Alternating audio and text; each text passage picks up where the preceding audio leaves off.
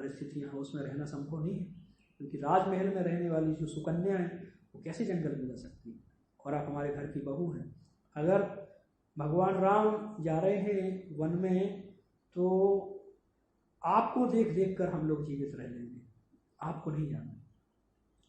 लेकिन सीता जी ने उत्तर दिया कि नहीं, जहाँ पति जाते हैं उनकी परछाई के रूप में पत्नी जाती है। पत्नी पति से अलग नहीं है, इसलिए उनको बोला जाता है अर्धांगिनी, अर्थात पति के आधे अंग वो पत्नी कहलाती है।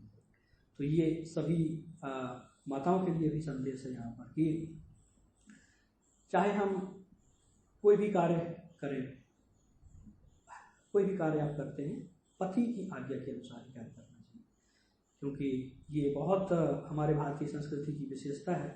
ये जो संबंध हैं, चाहे भाई बहन का संबंध हो, पति पत्नी का संबंध हो, माता पिता का संबंध हो, माता और पुत्र का संबंध हो, कोई भी संबंध है, ये सारे संबंध बहुत महत्वपूर्ण संबंध है और इसमें बहुत भावनाएं जुड़ी हुई है।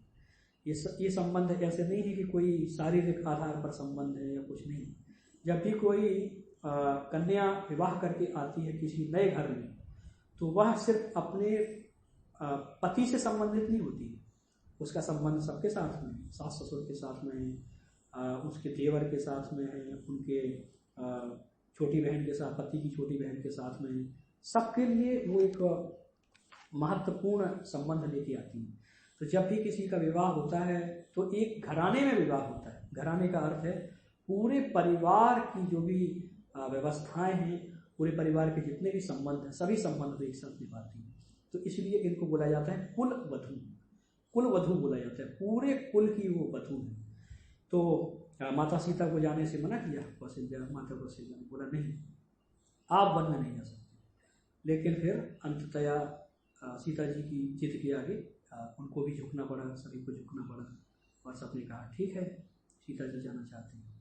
अब यहाँ पर एक महत्वपूर्ण प्रश्न है कि जब सीता जी ने जाने का निश्चय किया और जाने का परमिशन मांगी, तो फिर लक्ष्मण जी की पत्नी उर्मिला ने परमिशन क्यों नहीं मांगी? ये प्रश्न आता है, क्यों नहीं मांगी परमिशन?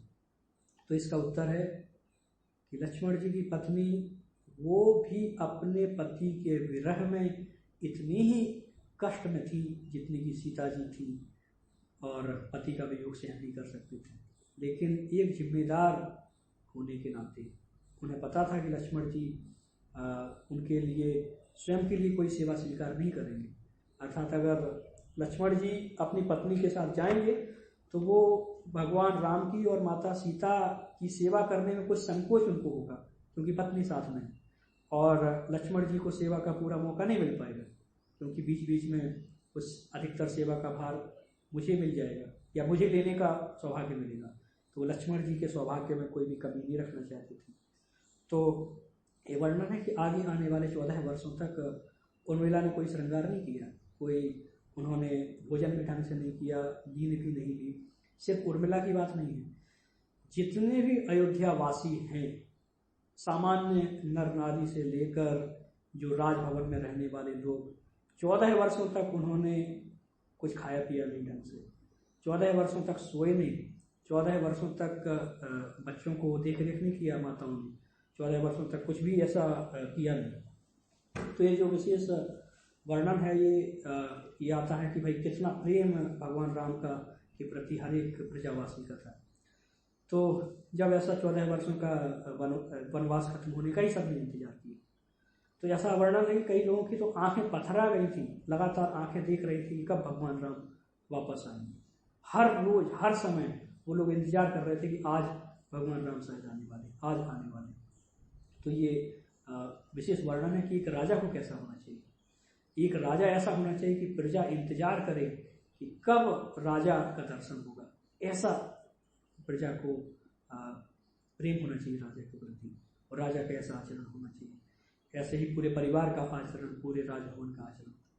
जब भरत को पता चला कि अरे ये तो ऐसा होने वाला है कि जाने वाले हैं भगवान राम चले गए, भगवान राम सीता लक्ष्मण चले गए और ननिहाल में संदेश आया, तो भरत और शत्रुघ्न आए, और तब तक महाराज दशरथ भी प्राण त्याग चुके थे। तो सभी शोकाकुल थे, बहुत शोक में थे सभी। तो भरत जैसे ही आए तो उस समय उन्होंने अपनी माता को बहुत, हम बोल सकते हैं कि उल्टा सीधा बोला, उनको डांटा, उनको बोला कि अरे मेरे पुत्र बनाने, मेरे राजा बनाने के पीछे भगवान राम को वन में भेज दिया, और जो घर की कुल वधू हैं, जो घर की शोभा है माता सीता, वो वन में चली गई, लक्ष्मण जी वन में चले गए, तो हम लोग यहाँ राजा बनने के लिए यहाँ पर क्या हम सारा प्लान कर रहे थे क्या? और ऐसा करके बहुत उल्टा सीधा बोला। और अब एक प्रश्न आता है कि कैकेयी ने ऐसा क्यों किया? कैकेयी तो सबसे अधिक प्रेम करती थी भगवान राम से, कौशल्या से भी अधिक प्रेम करती थी कैकेयी, फिर ऐसा क्यों किया? और आज भी जब भी हम रामायण के बारे में चर्चा करते हैं तो कैकेयी का जब भी नाम आता है तो हमें एक ही चीज़ याद आती है कि उन्होंने ही भगवान राम को, माता सीता को, लक्ष्मण को वन में भेजा। तो ऐसा क्यों किया कैकेयी? क्या उनका मन में ईर्ष्या थी, कोई छुपी ही ईर्ष्या कि ऐसा किया? लेकिन कैकेयी ने बहुत महत्वपूर्ण जिम्मेदारी यहाँ पर निभाई। अपने भगवान के प्रति जितना अधिक प्रेम है, उस प्रेम को छुपाकर भी कैकेयी ने वो रोल प्ले किया जो सामान्य लोग प्ले नहीं करते। सामान्य लोग हर समय ये ध्यान रखते हैं कि उनके बारे में कोई लांछन नहीं लगाए, उनको कोई बुरा भला नहीं बोले, उनके बारे में कभी कोई प्रश्न चिन्ह नहीं उठे, संबंधों के विषय में चाहे प्रशंसा के विषय में कोई प्रश्न चिन्ह नहीं उठे, क्योंकि भगवान राम से अपना संबंध कौन खराब करना चाहता है? लेकिन कैकेयी को पता था कि अगर भगवान राम यहीं पर रहेंगे, वो वन में नहीं जाएंगे, तो इन सब का उद्धार संभव है। इतना सारा समय से वेट कर रहा है रावण। रावण भी भगवान से रोज प्रार्थना करता था कि हे भगवान, जब मैं द्वारपाल था, जय विजय के रूप में हम दोनों भाई थे, तो आपने बोला था कि या तो 10 जन्म का ये डील साइन हुआ था कि 10 जन्म सामान्य मांग लो या 3 जन्म असुर के मांग लो। तो अब मेरा असुर कुल में जन्म हो चुका है, मेरा और मेरे छोटे भाई हिरण्य इसका कुंभकर्ण का, तो आप कब आएंगे, आप कब आएंगे? तो रावण हर समय भगवान का चिंतन करता था, वेट कर रहा था। तो रावण की शंका दूर करने के लिए, रावण के इंतजार को खत्म करने के लिए कैकेयी ने किया। सिर्फ रावण के नहीं, अहिल्या जो पत्थर बनकर काफी समय से थी, गौतम ऋषि की पत्नी अहिल्या, उनका भी उद्धार भगवान को करना था। उनको पत्थर से एक सामान्य जो स्वरूप है वो दिलाना था। इसके अलावा हनुमान जी वेट कर रहे थे। हनुमान जी भी भगवान के इटर्नल एसोसिएट हैं, शाश्वत संबंध है हनुमान जी का भगवान के साथ, वो भी इंतजार कर रहे थे। उनसे मित्रता करानी थी। यहाँ तक कि जाम्बवान हैं, सुग्रीव हैं, इन सबको भी भगवान का संग मिलना था। दंडकारण्य वन में जितने सारे ऋषि हैं उनको भगवान की कृपा प्राप्त होनी थी, सबरी को कृपा प्राप्त होनी थी भगवान की। इसके अलावा हम देखें तो विभीषण को भगवान की कृपा प्राप्त होनी थी। और इतने ही नहीं, बहुत सारे स्थानों को भगवान को पवित्र करना था, क्योंकि भगवान जब 14 वर्ष वन में रहे तो बहुत सारे लोगों से मिले होंगे, बहुत सारे स्थानों पर उन्होंने निवास किया, और जहाँ जहाँ निवास किया उन स्थानों को धाम बना दिया भगवान ने, क्योंकि जहाँ भगवान की शरण पड़े वो स्थान तो सबसे ज़्यादा प्रेममय हो गया। तो कैकेयी का एक बहुत महत्वपूर्ण रोल है, कैकेयी को एक महत्वपूर्ण डिसीजन लेना था पूरे रामायण में, तो ये रोल कैकेयी ने प्ले किया। हालांकि सभी लोग उनको आज भी उसके लिए कुछ बुरा भला बोल सकते हैं या मन में कम सम्मान रख सकते हैं, लेकिन कैकेयी को करना आवश्यक था। और फिर जब भरत महाराज ने ऐसा सुना कि उनको राजा बनने हेतु ये सब किया जा रहा है, तो उन्होंने बोला मैं तो राजा नहीं बनने वाला हूँ। इतना सब होने के बाद मैं क्या राजा बनूंगा? अगर मैं राजा बनूंगा तो बाकी लोग क्या सोचेंगे कि भरत ने अपनी माता के साथ कुछ ऐसा प्लानिंग किया और ये सब किया। और दूसरी बात है, भरत महाराज राजा बनना चाहते थे नहीं, बिल्कुल भी नहीं चाहते थे। वो तो भगवान राम को राजा बनकर देखकर जो प्रसन्न होते, उतना स्वयं राजा बनने से कभी प्रसन्न नहीं हो सकते। तो भरत महाराज ने कहा कि चलो अब हमें भगवान राम को वापस लाना, उनको वापस लाना, जो हुआ सो हुआ, जो भी श्राप हुआ, वरदान हुआ, जो भी है, अब उनको हमें चल के वापस लाना है। तो भरत महाराज ने कहा सेना इकट्ठी करो और हम पूरी सेना के साथ जाएंगे और भगवान राम को वापस लाएंगे। अब इसके आगे की कथा मैं कल बताऊंगा, इसके पहले की कथा आज बता देता हूँ। तो जब महाराज दशरथ के 4 पुत्र हुए और चारों पुत्र एकदम बहुत आकर्षक थे। ऐसा वर्णन आता है कि जब वो चलते थे आंगन में 4 के 4 पुत्र, तो महाराज दशरथ और तीनों रानियां बहुत प्रसन्न होती थी और पूरे अयोध्या नगरी में प्रसन्नता थी कि 4 राजकुमार प्राप्त हुए हमें। तो हर कोई उस वात्सल्य रस से परिपूर्ण हो जाता था कि जब ये बालक बड़े होंगे उनकी बाल लीलाएं हमें देखने को मिलेंगी, और अभी बचपन में है तो भी हमें बाल लीलाएं कितनी देखने को मिल रही हैं। हर कोई बहुत प्रसन्न था और महाराज दशरथ तो बहुत ही अधिक प्रसन्न थे। हर समय ही वो बच्चों का दर्शन करते थे। फिर धीरे धीरे समय बीता, चारों बालक बड़े हुए और ज़्यादा बड़े नहीं हुए थे, 5 साल के ही थे भगवान राम। उस समय एक दिन विश्वामित्र मुनि वो आए महाराज दशरथ के दरबार में, और विश्वामित्र मुनि ने बोला कि मैं जब जंगल में तपस्या करता हूँ, जब जंगल में हवन इत्यादि करता हूँ, यज्ञ करता हूँ, तो उस समय बहुत सारे राक्षस हैं जो कि यज्ञ में विघ्न डालते हैं। तो कई सारे राक्षस थे जो यज्ञ में विघ्न डालते थे, जैसे कि बहुत सारे राक्षस थे। खरदूषण राम को मांगा विश्वामित्र मुनि ने। वो आए महाराज दशरथ के पास और महाराज दशरथ से आग्रह किया कि अपने 4 पुत्रों में से एक पुत्र भगवान राम हमें प्रदान कर दीजिए, और जब भगवान राम हमारे पास होंगे तो फिर सारे असुरों से वो लड़ाई कर सकते हैं, सारे असुरों से हमारे यज्ञ को बचा सकते हैं, और साथ में मैं उनको शस्त्र विद्या की भी शिक्षा दूंगा।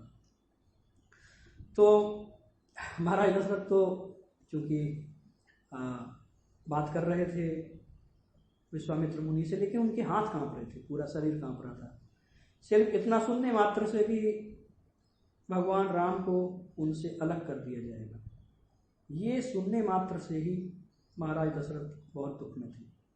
और क्योंकि विश्वामित्र मुनि मांग भी रहे हैं, तो महाराज दशरथ को लगा कि चलो मैं अपना बात इनके सम्मुख रखता हूँ, कम से कम बता तो देता हूँ कि मेरे मन में क्या चल रहा है।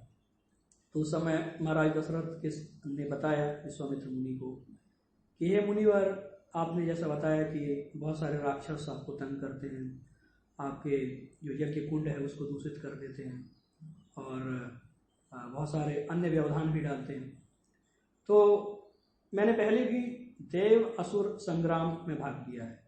जब एक बार असुरों से युद्ध हो रहा था देवताओं का, तो फिर उनको आवश्यकता पड़ी देवताओं को, तो मैं आया और मैंने युद्ध में भाग लिया। तो आप बोले तो मैं इन असुरों से युद्ध कर सकता हूँ, इन राक्षसों से युद्ध कर सकता हूँ, और मैं जब युद्ध करूँगा तो आवश्यकता पड़ेगी तो पूरी सेना को भी ले चलूँगा, और हम जरूर उन असुरों से आपकी रक्षा करेंगे, आपके यज्ञ में कोई भी विघ्न नहीं आएगा, और हम तुरंत तैयार हैं, कोई समस्या नहीं। और दूसरी ओर ये छोटा बालक है, 5 साल का राम मेरा बालक है, लेकिन उसको तो कोई युद्ध विद्या की कोई जानकारी है नहीं, और हालांकि आप सिखाएंगे जरूर युद्ध विद्या, लेकिन उम्र कम होने के कारण, कोई एक्सपीरियंस नहीं होने के कारण हो सकता है वो आपकी सेवा उतनी अच्छे से नहीं कर पाए जितना मैं कर सकता हूँ। तो विश्वामित्र मुनि ने बताया कि देखिए, मैंने आपसे जो मांगा है वो आप मुझे देने में समर्थ हैं या नहीं।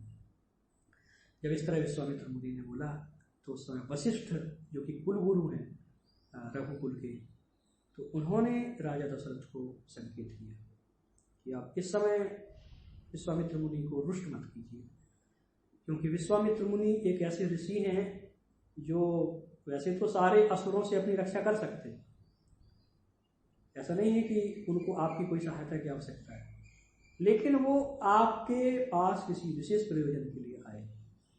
तो इसलिए इस बात को ऐसा समझिए कि भगवान की ऐसी इच्छा है, इसलिए वो ऐसे यहाँ पर आए हैं, और अगर आप उनकी बात नहीं मानते हैं तो वो कोई आपको श्राप इत्यादि भी दे सकते हैं, जिससे पूरे कुल का नाश हो सकता है। तो इसलिए समझदारी इसी में है कि अभी आप उनकी बात को पूरा पूरा मान लीजिए।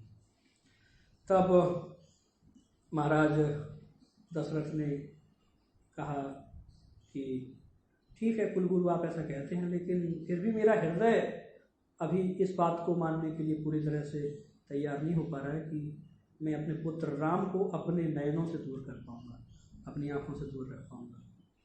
और तब वशिष्ठ की बात मानकर विश्वामित्र मुनि से बोला दशरथ महाराज ने कि ठीक है आप जैसा बोलते हैं मुनिवर, मैं वैसा आपकी आज्ञा पालन करने के लिए तैयार हूँ। और प्राचीन काल में विशेषता भी थी कि जब भी कोई साधु हमारे घर पर आते हैं, कोई भी चीज़ मांगते हैं तो उनको मना नहीं कर सकते, उनको दे दिया जाता था कोई भी वस्तु मांगे, क्योंकि ये माना जाता है कि हर एक चीज़ हमें साधुओं की कृपा से ही प्राप्त हुई है, साधु जो हमें देते हैं उसी से हमें प्राप्त होता है। ऐसा वर्णन है कि ये जो पूरी पृथ्वी का राज्य है, पूरी पृथ्वी है, इसमें जितने भी धन संपत्ति ऐश्वर्य वैभव इत्यादि इस पर अधिकार है भगवान के भक्तों का, क्योंकि भगवान के भक्तों ने भगवान की भक्ति की, इसलिए भगवान ने उपहार स्वरूप ये सब दे दिया भगवान के भक्तों को। लेकिन चूंकि भगवान के भक्त इसका उपयोग ना तो करने में इच्छुक थे और ना ही राज्य चलाने में उनकी कोई प्रवीणता थी या समय नहीं देना चाहते थे, तो उन्होंने राजाओं को दे दी सारी पृथ्वी और बोला कि आप इस राज्य को चलाइए हमारी ओर से। इसका अर्थ है कि जितना भी पृथ्वी का राज्य है वो वास्तव में है भक्तों का, लेकिन उन्होंने ये गिफ्ट में दिया क्षत्रियों को कि आप उपयोग करिए, और वैश्यों को भी दिया कि भाई आप इस पर खेती करिए, सब कुछ करिए। तो फिर राजा दशरथ ने कहा ठीक है आप भगवान राम को ले जा सकते हैं और मैं इसमें कोई भी विरोध नहीं करूँगा, आपकी बात पूरी तरह से मानूंगा। और जब भगवान राम जाने के लिए तैयार हो रहे थे तो जैसे मैंने बताया कि बाद की घटना में भी भगवान राम के साथ लक्ष्मण आए, तो इस घटना में भी लक्ष्मण जी ने बोला कि मैं भी आपके साथ चलूँगा। तो विश्वामित्र मुनि ने कहा ठीक है बहुत अच्छा है, मैं दोनों बालकों को शिक्षा दूंगा। और हालांकि दशरथ जी को ऐसा लगा कि दो बालक एक साथ जा रहे हैं, लेकिन उन्होंने स्वीकार कर लिया। और फिर दोनों बालकों को लेकर विश्वामित्र मुनि रास्ते में चल रहे थे तो एक बहुत बड़ा पहाड़ देखा। विश्वामित्र मुनि तो रोज ही देखते थे, लेकिन भगवान राम और लक्ष्मण ने पहली बार देखा। ये पहाड़ बना हुआ था हड्डियों का, बहुत सारी हड्डियाँ से मिलकर पहाड़ बना है। जैसे हम अहमदाबाद जाते हैं ना, तो अहमदाबाद जाने से पहले एक पहाड़ हमें दिखता है, और ये पहाड़ जब मैं पहली बार अहमदाबाद आया, मैं बड़ौदा आने से पहले ही एक बार अहमदाबाद आ चुका था, जब मैं फाइनल ईयर में था NIT भोपाल में, तब IIT अहमदाबाद में टीचिंग के लिए मैं आया था, फाइनल ईयर में था। तो मैं पहली बार मैंने देखा ये पहाड़, काफ़ी बड़ा पहाड़ था। तो पता चला वो पहाड़ नहीं है, मिट्टी का पहाड़ नहीं है, ये पहाड़ तो कचरे का पहाड़ है। इतना सारा कचरा इकट्ठा कर करके वो पहाड़ बन गया है। और उस पहाड़ के ऊपर कई वाहन भी चलते हैं, मतलब कचरा इकट्ठा करने वाले या कचरा को हम बोल सकते डिस्पोज करने वाले वाहन चलते हैं। तो ऐसे ही ये पहाड़ था हड्डियों से बना हुआ। और भगवान ने पूछा कि ये हड्डियाँ किसकी हैं, इतनी हत्या किसने की और किसकी हत्या हुई है इतनी अधिक मात्रा में। तो फिर विश्वामित्र मुनि ने बताया कि ये जो राक्षस हैं ये बहुत सारे ऋषि मुनियों की हत्या करते थे और उनकी हड्डियों से ये पहाड़ बना हुआ है। और कई सारे मनुष्यों की भी हत्या करते हैं, जंगली जानवरों की भी हत्या करते थे, उनका मांस खा जाते हैं और हड्डियाँ ऐसा इकट्ठा करके कितना बड़ा पहाड़ बना। तब भगवान राम को समझ में आया कि दरअसल यहाँ पर तो राक्षसों का आतंक बहुत अधिक है और इसको रोकना बहुत जरूरी है। तो विश्वामित्र मुनि ने धीरे धीरे भगवान को ट्रेनिंग देना प्रारंभ किया, उनको प्रशिक्षण देना प्रारंभ किया। और प्रशिक्षण देते देते ऐसा समय आया कि पहले बार राक्षसों से मुलाकात भगवान की हो गई। वो तारका के रूप में हुई। तारका आई और तारका बहुत विकराल रूप में थी, हाथ में तलवार थी, उसके हाथ के जो नाखून थे वो काफ़ी बड़े बड़े थे। और इस तरह से पूरा जो उसका दृश्य दिख रहा था वो बहुत ही अधिक डरावना था और भयंकर गर्जना के साथ तारका आई। और जब इतनी अधिक गर्जना हुई तो विश्वामित्र मुनि ने बताया कि ये तारका की आवाज़ है और वो आई है यहाँ पर सबको परेशान करने के लिए। तब भगवान ने तारका का वध किया। अब एक प्रश्न आता है कि चाहे भगवान कृष्ण की लीला हो या भगवान राम की लीला हो, दोनों में ही पहला वध किया भगवान ने एक स्त्री का। जब भगवान कृष्ण गोकुल में थे, पालने पर ही झूलते थे, 7 दिन के थे, उस समय पूतना आई थी भगवान के पास। पूतना एक अच्छा स्वरूप लेकर आई, एक सुंदर नारी का स्वरूप लेकर। तो इसलिए सभी ब्रजवासियों ने सोचा कि ये तो शायद भाग्य की देवी लक्ष्मी जी हैं जो अपने पति का दर्शन करने आई। तो सभी ने सोचा चलो ये तो आशीर्वाद देने आई, तो इनको हम एंट्री कर देते हैं। और फिर जाकर पूतना ने अपना स्वरूप, वास्तविक स्वरूप दिखाया और बच्चे को ले गई, और इस तरह से भगवान को वध करना पड़ा पूतना। तो पहला वध भगवान ने किया 7 दिन की उम्र में पूतना का। ऐसे ही भगवान राम ने जब वध किया तो पहला वध किया किसका? तारका का वध किया। तो प्रश्न आता है कि अरे स्त्री का वध तो नहीं करना चाहिए था भगवान को, तो वो भी सबसे पहला वध स्त्री का किया। तो इसमें क्या लॉजिक है, कैसे हम समझ सकते हैं? तो इसका उत्तर है कि भले ही कोई राक्षस कैसा भी रूप धर के आए, चाहे पुरुष का या स्त्री का या साधु तक का वेश भी धर के आए, यहाँ तक कि बैल का भी रूप धर के आए, जैसे कि भगवान कृष्ण की लीला में अरिष्टासुर नामक राक्षस वो बैल का रूप लेके आया था, तो भगवान ने उसका वध किया था। फिर भी चूंकि है राक्षस, तो प्रवृत्तियों के आधार पर व्यक्ति की पहचान होती है। भगवद गीता में लिखा है कि चातुर्वर्ण्यम मया सृष्टम गुण कर्म विभागसा।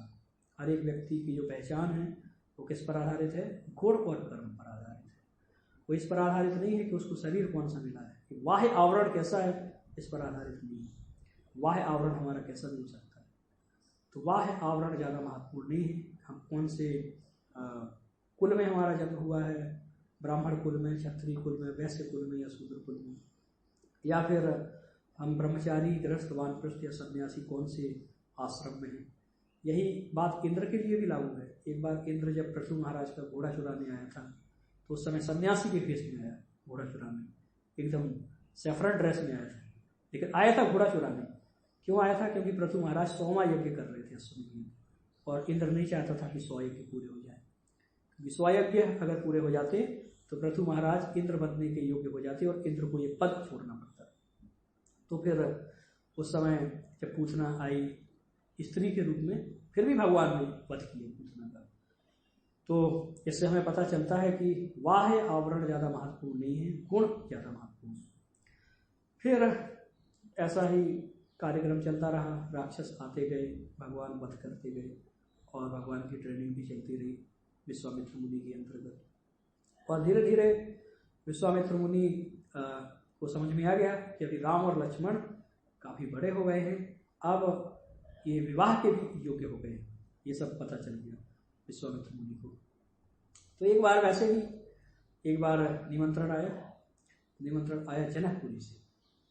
जनकपुरी से निमंत्रण आया, क्योंकि साधु संतों को निमंत्रण आते कई बार तो किसी के भी विवाह होते हैं तो मुझे भी काफ़ी निमंत्रण आते हैं कि प्रभु जी आप आइए और हमारे विवाह कार्यक्रम में आइए यहाँ पर। हालांकि 1-2 बार कभी जा पाते, अधिकतर बार नहीं भी जा पाते। तो साधु संतों का आशीर्वाद आवश्यक है, मेरे जैसे भी महान ऋषियों का आशीर्वाद। तो वो लोग जब जाने के लिए तैयार हुए राम और लक्ष्मण के साथ विश्वामित्र मुनि, तो रास्ते भर उनके मन में कौतूहल था कि ये किस प्रकार का वातावरण होगा वहाँ पर विवाह संस्कार का, क्योंकि भगवान राम 5 वर्ष के थे जब विश्वामित्र मुनि उनको मांगने आए थे, और उसके बाद ऋषि के आश्रम में ही थे, तो बाहर की दुनिया से ज़्यादा कुछ उनका मेल जोल था नहीं। तो लगा चलो अब नगरी में जाएंगे, किसी नगर में जाएंगे और वहाँ पर क्या कार्यक्रम होते हैं वो देख के आएंगे। तो फिर सब लोग चले गए, और जनकपुरी में जैसे ही पहुँचे तो उस समय राजा दशरथ ने स्वयं आकर सत्कार किया विश्वामित्र मुनि का, उनके चरण धोए, दोनों बालकों के भी चरण धोए, और उनको उचित सम्मान प्रदान करने के बाद उनको भोजन, उनके शयन, उनके सभी प्रकार की व्यवस्थाएं की, और फिर विश्वामित्र मुनि रात्रि के समय लेटे हुए थे। तो उस समय भगवान राम और लक्ष्मण दोनों ही अपने गुरु के चरण दबाते थे हर रोज रात को, और गुरु तब तक चरण दबाना जब तक चाहते थे तब तक वो चरण दबाते रहते थे। फिर गुरुदेव बोलते थे कि अब आप जाकर विश्राम करें, तभी वो जाकर विश्राम करने लगने जाते थे। तो फिर दोनों भाई चरण दबा रहे थे गुरु के, और चरण दबाते दबाते फिर गुरु जी ने कहा कि अब जाकर आप विश्राम कर लीजिए, आप लोग सो जाइए। तो दोनों भाई विश्राम करने चले गए। अगले दिन सवेरे वर्णन आता है, प्रातः काल उठी के रघुनाथ माता पिता गुरु ना वही माता, कि प्रातः काल जब रघुनाथ अर्थात भगवान राम जब जाग गए तो उन्होंने, वो प्रणाम करते थे, माता पिता तो सामने नहीं थे अभी, वो तो अयोध्या में थे, लेकिन हर रोज का नियम था कि माता पिता और गुरु को प्रणाम करते थे। और फिर उसके बाद अपने जो विद्यानिक कार्य हैं वो सब करके फिर सब लोग वहाँ पर उपस्थित होने गए जहाँ पर सीता जी का स्वयंवर होने वाला था।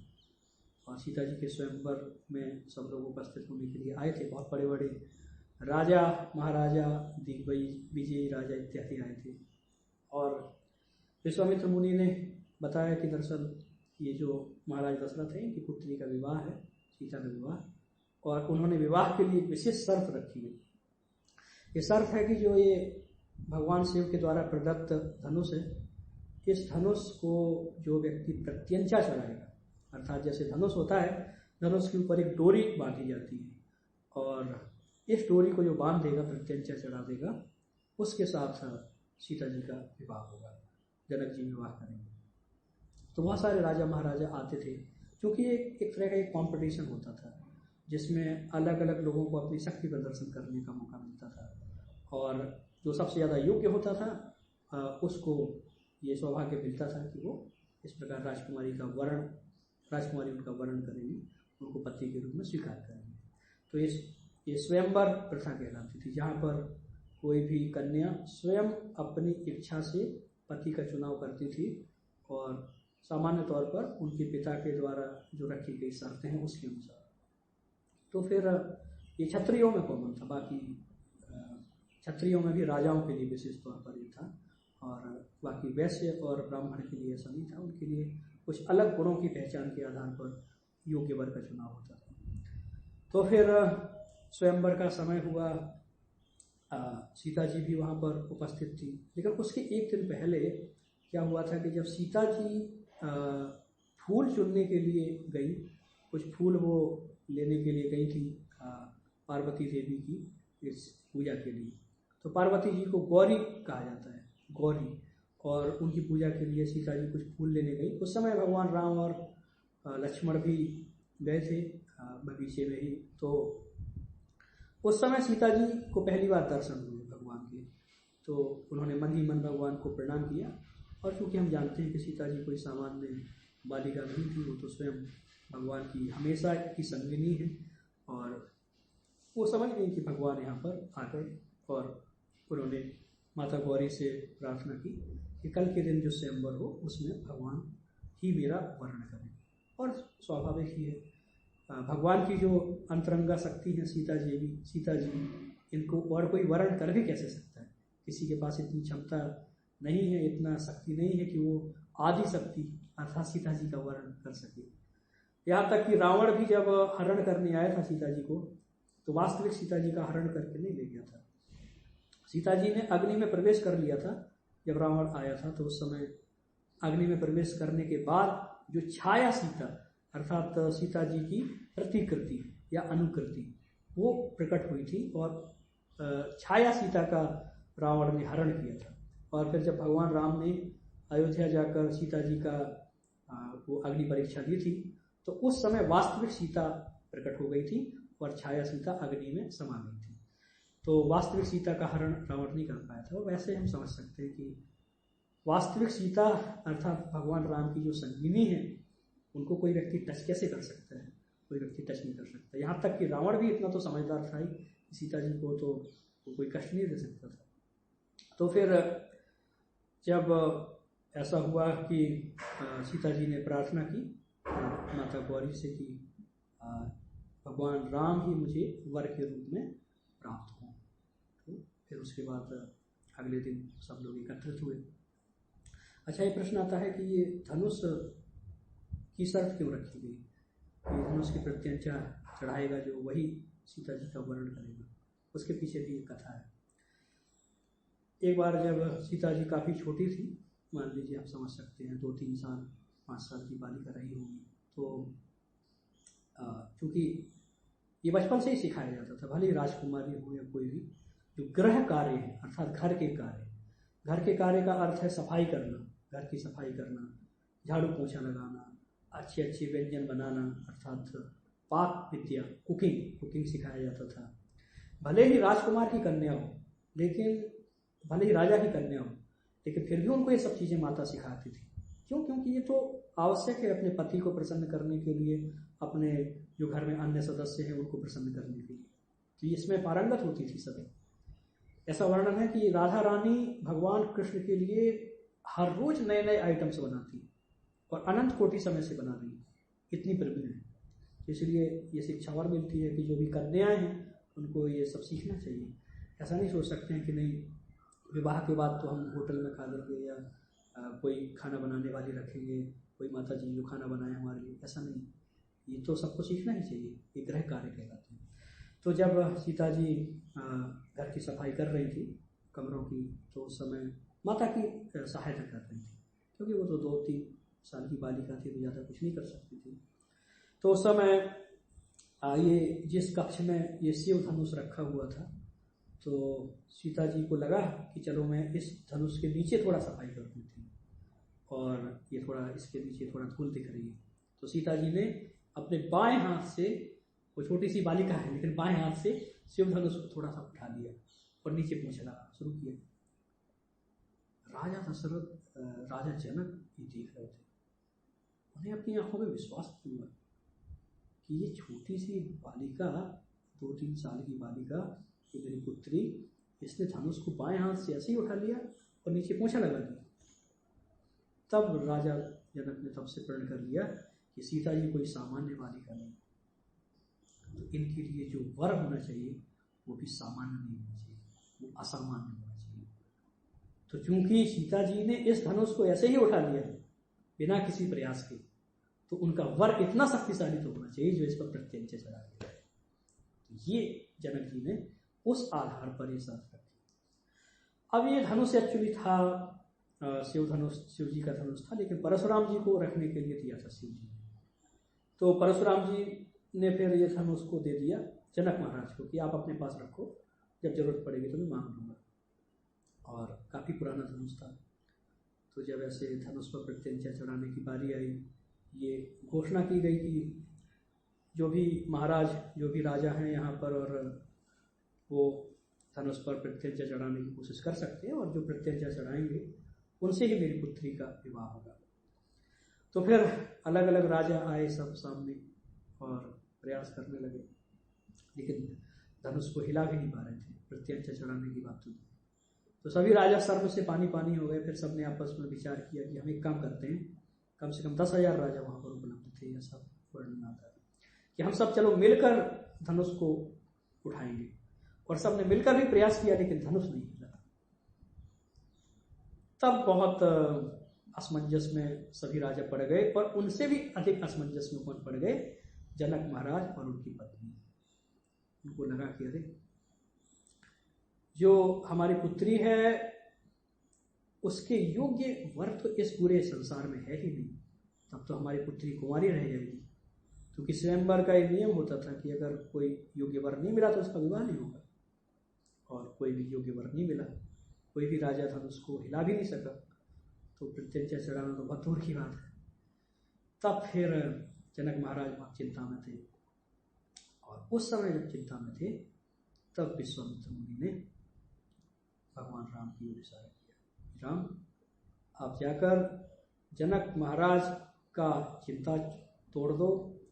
जो जनक महाराज की पत्नी है, सीता जी की माता है, उनका जो धैर्य टूटा जा रहा है उस धैर्य को बांध दो। जितने भी राजा महाराजा यहाँ पर हैं उनके अभिमान को तोड़ दो, और जाकर इस धनुष पर प्रत्यंचा चढ़ाओ। तब भगवान राम उठे। तब ये वर्णन आता है कि जब भगवान राम उठे तो ऐसा लग रहा था जैसे बादलों के बीच में, अनंत कोटि बादलों के बीच में एक छोटा सा सूर्य जो अत्यंत अत्यंत तेजवान है, वो प्रकट हुआ है।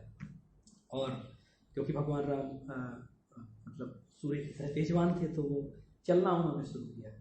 और जैसे ही उन्होंने चलना शुरू किया तो सभी राजा देखते रह गए, भगवान के जो अद्भुत सौंदर्य है उनको देखते रह गए, अद्भुत तेज को देखते रह गए। और सभी लोग इतना तेज को निहार रहे थे, भगवान के अद्भुत सौंदर्य को, कि देखते ही देखते उन सब लोगों ने प्रणाम किया भगवान को। और फिर जनक महाराज के धनुष के पास भगवान राम पहुँचे और अपने गुरु से आज्ञा मांगी। तो गुरु ने कहा हाँ, अब आप प्रत्यंचा चढ़ाएंगे। और उस समय वर्णन आता है कि सबके मन में क्या क्या चल रहा था। जनक महाराज के मन में चल रहा था कि अभी तक कितने बड़े बड़े राजा तो धनुष पर प्रत्यंचा नहीं चढ़ा पाए, छोटा सा बालक क्या ये करके दिखाएगा। छोटा सा का अर्थ है कि मतलब वो बड़े तो हो गए थे लेकिन बाकी राजाओं जितने पावरफुल नहीं दिखते थे। तो पावरफुल नहीं दिखते का मतलब है कि वो उम्र उतनी बहुत अधिक उनकी नहीं थी और सुकुमार दिखते थे, हालांकि बहुत आकर्षक थे भगवान। तो जनक महाराज के मन में चिंता थी, उनकी पत्नी के मन में चिंता थी, सभी चिंतापन्न थे। सीता जी के मन में भी चिंता थी। सीता जी को हालांकि लगा कि चलो पहला स्टेप तो पार हो गया, जितने ये लोग थे राजा, इनसे तो धनुष नहीं उठाया गया है, तो भगवान धनुष को प्रत्यंचा चढ़ाएंगे। और लक्ष्मण जी तो चिंतित नहीं थे, उनको तो पता था कि भगवान राम के लिए कोई कार्य असंभव नहीं है, वो तो धनुष पर प्रत्यंचा चढ़ा देंगे तुरंत ही। और तब भगवान राम ने अपने बाएं हाथ से धनुष को उठा दिया, और जैसे ही धनुष उठाया तो सबकी चिंता दूर हो गई उससे। और भगवान राम ने धनुष उठाया प्रत्यंचा चढ़ाने के लिए। जैसे ही उसको थोड़ा झुकाया, क्योंकि धनुष पुराना था, वो धनुष टूट गया। तो ये धनुष भंग हो गया, जिसको बोलते हैं धनुष भंग लीला। और क्योंकि ये इतना बड़ा धनुष था कि इसको जनक महाराज के महल में पूरे लंबाई में रखना पड़ता था, तब जाके रखा जाता था। तो इसकी आवाज़ जैसे ही निकली तो पूरे तीनों लोगों में फैल गई। और उस समय परशुराम जी ध्यानमग्न थे, और जैसे ही उनको ये आवाज़ सुनाई दी तो परशुराम जी समझ गए कि ये जो आवाज़ आई है ये धनुष भंग होने की आवाज़ आई। और परशुराम जी तुरंत वहाँ से चलना उन्होंने प्रारंभ किया। तो परशुराम जी आ गए जनक महाराज के दरबार में। अब एक बहुत नया टॉपिक शुरू हो गया। जैसे ही परशुराम जी आए, अत्यंत क्रोध में थे, और तुरंत जनक महाराज से प्रश्न पूछा, ये धनुष किसने पड़ा? धनुष तो मैंने आपकी सुरक्षा में रखा था, आपकी जिम्मेदारी थी इस धनुष की देखभाल करने की। तो जनक महाराज स्तब्ध रहे, कुछ बोल नहीं पाए। क्यों? क्योंकि परशुराम जी के सामने कोई कुछ बोल नहीं सकता। परशुराम जी स्वयं भी भगवान के अवतार, भगवान के जो 10 अवतार आते हैं उसमें एक नाम आता है परशुराम जी का। तो उस समय सभी लोग शांत हो गए, जितने भी राजा महाराजा थे वो सोचने लगे कि परशुराम जी तो वैसे भी इतने प्रसिद्ध हैं कि 21 बार उन्होंने पूरी पृथ्वी को क्षत्रियों से खाली कर दिया, मार मार के। तो ये प्रश्न आया परशुराम जी को देख कर सबके मन में, अब क्या होगा, अब कैसे हम इस समस्या से दूर हो पाएंगे। तो उस समय सभी ने सोचा कि ठीक है, अब जो होगा तो देखा जाएगा। और परशुराम जी के क्रोध को देखकर लक्ष्मण जी ने थोड़ा उपहास करना प्रारंभ किया परशुराम जी का। उन्होंने बोला, अरे धनुष ये तो कोई खास धनुष नहीं है, इतना कोई महत्वपूर्ण धनुष नहीं है। भगवान राम तो इतने महान हैं कि बचपन से ही हम सब खेल खेल में ही बहुत सारे धनुष तोड़ते रहते थे। धनुष तो इतने सारे धनुष हमने तोड़े कि हमें ध्यान ही नहीं है कि ऐसा भी एक आध कोई धनुष रहा होगा कि हमने तोड़ दिया होगा। तो इतना कोई महान धनुष नहीं। तो ये धनुष का अपमान नहीं था, ये सिर्फ धनुष का अपमान नहीं था, ये परशुराम जी का भी अपमान था। लक्ष्मण जी ये बताना चाहते थे कि अरे इतने छोटा धनुष के लिए, इतने कम महत्वपूर्ण धनुष के लिए आप इतना चिंतित हो रहे हो, अर्थात छोटी छोटी चीज़ों पर आप टेंशन लेना शुरू कर देते हो। ऐसा बताने का उद्देश्य था लक्ष्मण जी का। तो जब ऐसा देखा परशुराम जी ने तो उनका क्रोध और अधिक बढ़ गया, और उस समय संवाद आ जाता है, परशुराम लक्ष्मण संवाद, जिसमें परशुराम से लक्ष्मण जी वाद विवाद करते हैं और अंततया बाद में परशुराम जी को समझ में आ जाता है कि जो भगवान राम है वो सामान्य व्यक्ति नहीं है, ये स्वयं मर्यादा पुरुषोत्तम भगवान है। और भगवान राम उस समय क्षमा भी मांगते हैं परशुराम जी से और बोलते हैं कि ये मेरी गलती है कि मैंने आपका ये धनुष तोड़ दिया। क्योंकि परशुराम जी भी समझ जाते हैं कि ये धनुष कोई सामान्य व्यक्ति से नहीं तोड़ सकता है, तो समझ जाते हैं कि भगवान राम के द्वारा तोड़ा गया है और जिन्होंने सीता का जो वरण करने जा रहे हैं उससे भगवान। तो बाद में परशुराम जी चले जाते हैं वहाँ से। और इस तरह ये टॉपिक जो फिर परशुराम जी के जाने के बाद क्या होता है, परशुराम जी के जाने के बाद फिर बातचीत चलती है। सबसे पहले तो सीता जी वरमाला पहनाती है भगवान राम को और भगवान राम फिर वरमाला पहनाते हैं सीता जी को, जिस तरह उनका विवाह संपन्न होता है सिर्फ वरमाला से। अभी फिर उसके बाद वहाँ पर दोनों ही कुलों के कुलगुरु उपस्थित थे, जैसे कि जो जनक कुल के कुलगुरु हैं वो भी उपस्थित थे और विश्वामित्र भी एक प्रकार से कुलगुरु तो नहीं है लेकिन अयोध्या की ओर से रिप्रेजेंट तो कर ही रहे थे, वो उपस्थित थे क्योंकि राम और लक्ष्मण उनके साथ आए थे। तो जनक महाराज ने देखा कि राम के साथ एक और बालक के साथ में, तो उन्होंने पूछा कि ये कौन है, तो उन्होंने बताया राम के छोटे भाई हैं। हालांकि उनको पता था लक्ष्मण। तो चारों बालकों की उम्र लगभग बराबर ही थी, ज़्यादा थोड़ा बहुत ही अंतर था, बहुत अधिक अंतर नहीं था। तो उन्होंने कहा कि अच्छा तो इनके पिताजी के बारे में हमें सब जानकारी दीजिए और इनके कुल के बारे में। तो पता चला कि इनके 2 भाई और भी हैं इन 2 के अलावा। तो फिर जो जनक महाराज के कुलगुरु थे वो विश्वामित्र से बात करने लगे कि अच्छा भगवान राम के टोटल 3 भाई और भी हैं, तो जनक महाराज की भी 3 कन्याएं और भी हैं। तो वो दोनों आपस में बात करने लगे। तो उनका अच्छा करते हैं एक काम कि अभी संदेश भिजवा देते हैं अयोध्या में। अयोध्या में संदेश भिजवाया गया और सबको पता चला कि अरे भगवान राम ने शिव धनुष तोड़ दिया और उनका विवाह संपन्न होने जा रहा है। तो अयोध्या में खुशी की लहर दौड़ गई और हर एक व्यक्ति प्रसन्न हो उठा।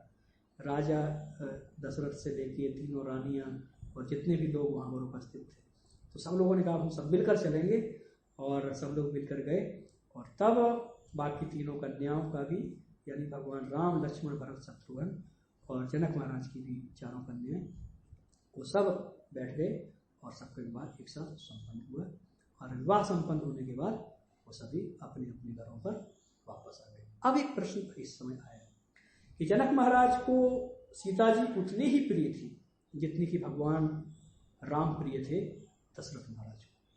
तो जनक महाराज सीता जी को नहीं छोड़ना चाहते और जनक महाराज सिर्फ सीता जी को नहीं छोड़ना चाहते थे, बल्कि वो विश्वामित्र से बोल रहे थे, विश्वामित्र मुनि से, कि सीता जी तो आ गई हैं यहाँ पर, सीता जी तो यहीं की हैं और भगवान राम को भी हमें यहीं पे रखना है, इनको नहीं जाने दे सकते सीता और राम को। ये हमारे घर पर ही क्या बोलते हैं, घर जमाई बनकर रहेंगे भगवान राम।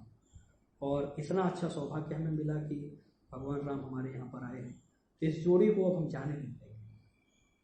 तब बहुत प्रश्न आया। तब दशरथ महाराज कहते हैं कि अरे आपकी बात तो सही है, लेकिन ऐसा कैसे संभव है, जब विवाह हो जाता है तो पुत्र, हमारे यहाँ भी हमें पुत्र और पुत्र वधू चाहिए और आप ऐसा बोल रहे हैं। तब उस समय भगवान राम और भगवान सीता अपने 2 रूपों में प्रकट हुए। एक रूप चले गए अयोध्या और एक रूप हमेशा रहे जनक महाराज के साथ, भगवान सीता और भगवान राम। और उनको नित्य प्रति जनक महाराज सेवा करते थे, उनका दर्शन करते थे और वो जनक महाराज के साथ हमेशा रहे। तो इस तरह से जब सबका विवाह संपन्न हुआ, फिर उसके बाद जैसे वर्णन हुआ कि सब लोग भगवान राम सीता जी के साथ और लक्ष्मण जी के साथ वन की ओर गमन उनका हुआ। और फिर वन गमन के बाद भरत महाराज को जब ये बात पता चली तो उन्होंने प्रस्थान करना प्रारंभ किया सारी सेना के साथ, मंत्री सुमंत्र के साथ और 3 माताओं के साथ। कि अब हम भगवान को वापस लाएं। अब इसकी आगे की कथा हम कल करेंगे कि जब भरत महाराज पहुँचते हैं।